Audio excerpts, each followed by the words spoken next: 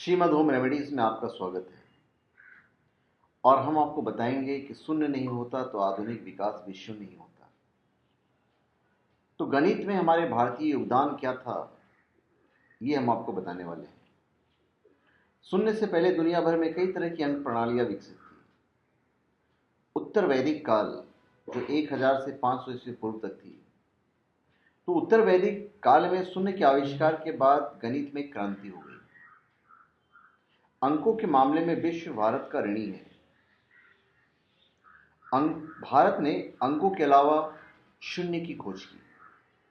बीजगणित, त्रिकोणमिति और कलन की खोज भारत में ही हुई है।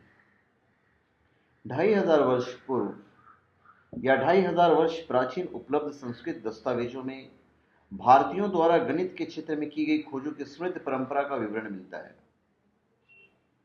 गणित के एक बहुमूल्य ग्रंथ बकशाली पांडुलिपि के कुछ 70 पन्ने सन 1881 में खैबर क्षेत्र में बकशाली गांव के निकट बहुत ही जीर्ण अवस्था मिले।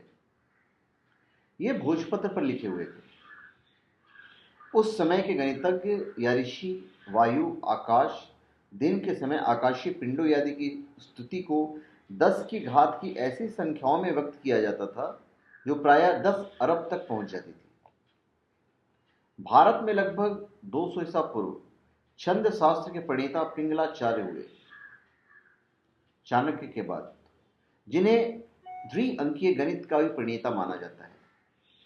इसी काल में पाणिनि हुए, जिनको संस्कृत का व्याकरण लिखने का श्रेय जाता है। अधिकतर विद्वान पिंगलाचार्य को शून्य का आविष्कारक मानते हैं। आर्यभट्ट को शून्य का आविष्कारक नहीं माना जाता है। आर्यभट्ट का जो जन्म हुआ तो 476 ईस्वी में हुआ था।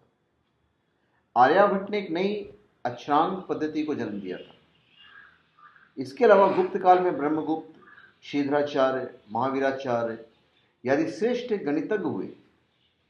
पिंगलाचार्य के छंदों के नियम यदि गणितीय दृष्टि से देखें तो एक तरह से वे द्विअंकीय, मतलब बाइनरी जिसको बोलते हैं, द्विअंकीय गणित का कार्य करते हैं, और दूसरी दृष्टि से उनमें 2 अंक के घन समीकरण और चतुर्घाती समीकरण के हल देखते हैं।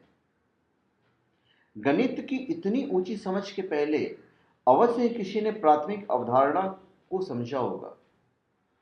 अतः भारत में शून्य की खोज ईसा से 200 वर्ष भी पुरानी हो सकती है। तो धन्यवाद। आप हमारे चैनल पे सब्सक्राइब करें और अपने कमेंट दीजिए। धन्यवाद।